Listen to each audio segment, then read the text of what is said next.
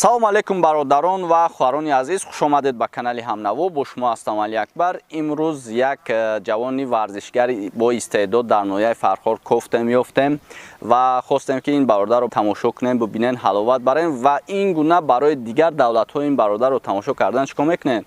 Якум лайк мемонем, падилица мекунед ва дар пешатон кадоме бошад гап мезанед, дар ҳамин видео лайк мемонанд ва баъдан мешинем ба ҳазур тамошо мекунем. ҳозир сухана ба ин додар метем, коргари мо аст ва ин бародар варзишгар аст. Марамат. бале, бинандагони муҳтарам, чунки гуфтам бо шумо ҳастам, банда Муродзода Ҷамшед ва мо кормадони шабакаи иҷтимоии Ҳамнаво нақша дорем то дар оянда беҳтарин наворҳоро ва беҳтарин истеъдодҳоро рӯйнавор биёварем ва яке аз онҳо имрӯз рӯ барои шумо истодааст. аз ҳамин лиҳоз паделица, лайк ва суханҳои хубро дар комментария фаромӯш насозед ва инак худи меҳмони барнома боз ҳам хубтар худро муаллифӣ месозам. марҳабо. ман Аҳмадов Рамзиёр, сокини ноҳияи Фархор. хоб ман муддати чандин сол ҳост ки варзиши ҳами гимнастикӣ мақсад қарор дорам. то имрӯз ягон кас ба ман ягон ҳеҷ пешниҳод накард. кормандони Ҳамнаво омаданд ва гуфтанд ки мақсад биё як истеъдода нишон дед. ман ҳам бо ҷон дил қабул кардам, чунки мехоҳам ки тамоми рӯи дунё ин маҳорати маро бибинад ва яъне лаззате аз ман гирад ва ҳамин хел шояд ягон чиз ба худаш аз ман гирад. خب من بسیار ممنون میشم اگر چی کنین که یگان لایک یا یگان پادلسه یگان دستگیری کنین، بسیار ممنون میشم. حاضر آماده باشید، همین گفتگو را کردگی باشین، یعنی لایک پادلیتسا کردگی باشین، ما سر میکنیم. بیایید.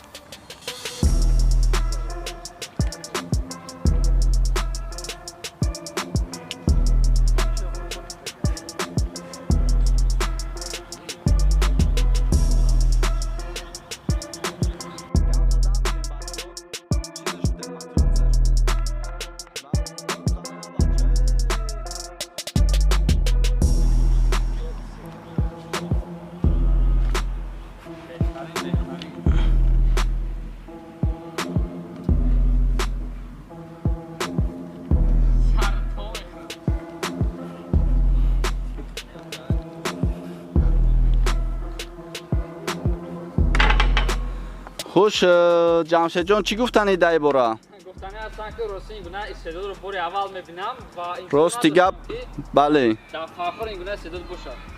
منم راستی گپ در حیرت موندم دیگه، هیچ گفتن نمیتونم. این خرابی را بینه، لیکن با این خرابی حرکت کرد. چک یک قرصه بزنید بچه‌ها. خوش رمزیور، حاضر همی قدر که تو نشون دادی تالنت یگان چی حس میکنی در وجودت؟ مثال خودت چه خیلی حس میکنی؟ خودم رو بهتر حس میکنم، چون که مقصد یکمین بار است که من این خیلی مقصد گروه همنوا ده مقصد چی میکنم کار کرد هستیم.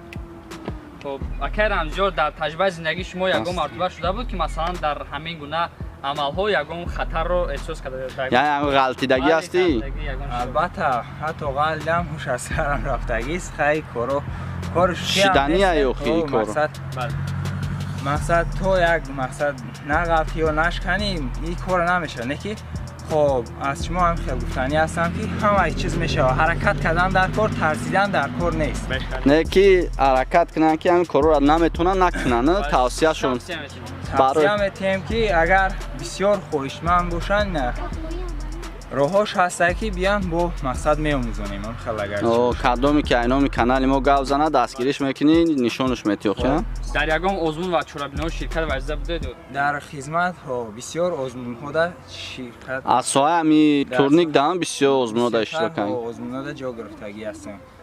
بهترین آدمی که را نتونه ایتن ای روستیگه ما مونداشتیم برای که قدری تو خود من فکر میکنم که نمیزنم نتونیم چند تا نشون میتیو در حقیقت استعداد خوبه. این ورزش گرای سلامتیه، لیکن من فکر میکنم قدری که یک آدم مونده میشه تنش درمان میشه. فکر میکنم که او مختش دیگه این صبح هیچ نمیکنم. خوش اوزیر نوبتی چیه؟ از این نوبتی یک میگن که یک چلیکه باید خیلی نه ما هم میتونیم سوی یک چلیکه شو میگذده یک چلیک خطی مقصد پریوراد برام با یک چلیک پریوراد نتونیم این خیلی مسئله ببینیم حاضر خیلی رفتیم تماشا میکنیم.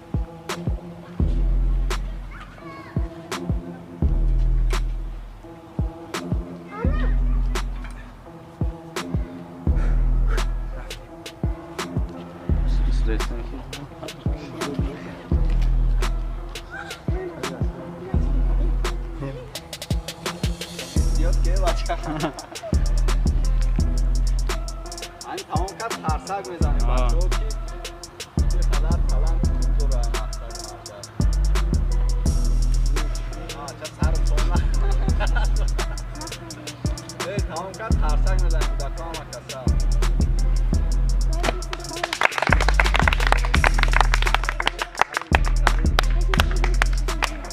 خوش حاضر باز یک بعد چلیک گفتن پریوارود کرد که میکنم که دیدن و با منتج کتی ایپش میورمش یعنی که بعد چلیک بر آمد بعدا چیکو کرد تو خورد و حاضر باز چی فرو کردن میتونید باز حاضر با یک دست مقصد هیلای موری عاشق پیچون یعنی موری عاشق یعنی پیچون بله کار نکی ما شما رو ناراحت نمیکنیم از بس که قدر مهنت میکنی مونده میشه کانتات استراحت میکنی برای هنمی را دیدن از لایک مونه پدیلی سکنن از با دوام داره باید تذکر داد که پس از چند لحظه بینندگان عزیز یک استعداد دیگری اکر رمزیار رو میبینیم که واقعا این از همه عجیب است سنگ رو مثل ارد میکنن دوستای عزیز زوزیر چخل که دیدن تورنیک زد خیلی نمایش کرد در حقیقت مردم حیران میشه برای که یک خیلی آدمایی هسته یک تورنیک زدن نمیتونن به همین خاطر این شگفتم کمتر استراحت کنه و یک استعداد دیگه داره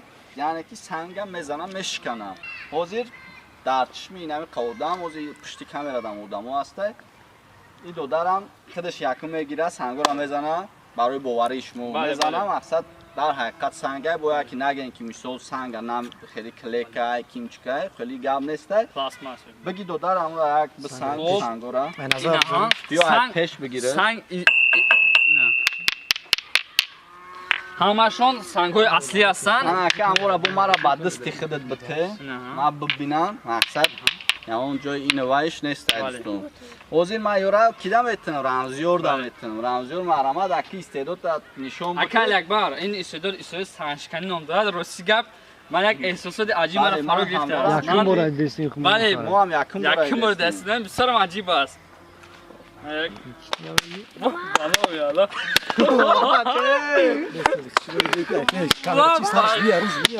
روش بیا ببینختون سنگا را بینندگان عزیز رنگ ارد میشه من گفتم شما را پورا شید اینا سنگو همون سنگه اینا نه شکسته ایش با معلومه اینا نگاه کن الان میپروزن باز گپ زد دود برآمده است من در حقیقت حیران شدم من باوری نداشتم که هیچ چیزی من در تلویزیون میدیدم در شبکه‌های اجتماعی لیکن در حقیقت ما گفتیم همین استعداد در نوعی فرخور یافتیم اینا رحمت کلان میگم برادر سلامت باشه باز اون نامه دیگه میکنی برادر جون دست در نکیسته نه همه سوزه میریم نمیخوام دست قطع زد نه با هم که کامera رو نمیکشم میریم مثل این راست میگه پیش ما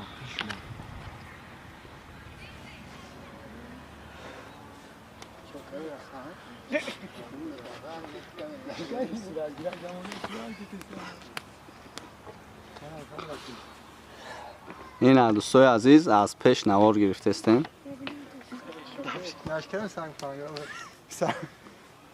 سنگشکن شایسته کامera که نه یا بچه دستش نکنه دوده بس ای بله همه اینو از قفای کامera گپ زده استن مرحمت یک قرصک اگر اکران رمزیار شما در سنتر ایجا گوت تالنت اشتراک میکرده فکر میکنم سازوار جای یکم میشن خیلی نکرده بله برای که این گونه استعدادهای جالب یک چند استعداد از جمله یک نفر این کار شوخی نیست کار هزل نیست از همین لحاظ ما در آینده با شما موفقیت رو خواهان هستیم رحمت کلام که شما با ما هستین ما هم حتما می‌داریم با مقصد در کانال شما حتما با دستگیری میکنیم بله رحمت کلام خوش دوستان عزیز در حقیقت ایتنی برادر من مونده شدم چون که سنگ ازت شکست تورنیکور ازت خیلی مرد پای دوی کرد فکر میکنم که در تاجیکستان ما بار اول دیدم بله من و بسیاری شما هم خیلی ایروسی دیدگی نیستین البته در تلویزیون میبینید فکر میکنید که اما منتجه ایسوسه ما این همه در شاهدی نمی خبر دارم مقصد خودمون پیشتیم و فکر میکنم که برادر را دستگیری میکنن. بله. برای دستگیری کردن از ما میتوانید که دسترس کنید، یعنی درخواست کنید. ما حتما شما را کمک کنیم، آدرسی رمزی را میتونیم. و اینچنین ویدیو را ما با آخر میرسونیم. کدامی که ما رو تماشا کردن رحمت میگیم، رمزی را بار دیگر تشکر میگیم. اگر خواهشو شوه با ما رمزی را دعوت میکنیم، با یا بار دیگه همین کلانشا نشون میدیم. از همین لیاز بیا دستگیری میکنیم، همه سرز یک گریبان میبرونیم و تاجیکستان رو همیشه به پیش حرکت میکنیم. تاجیکستان به پیش.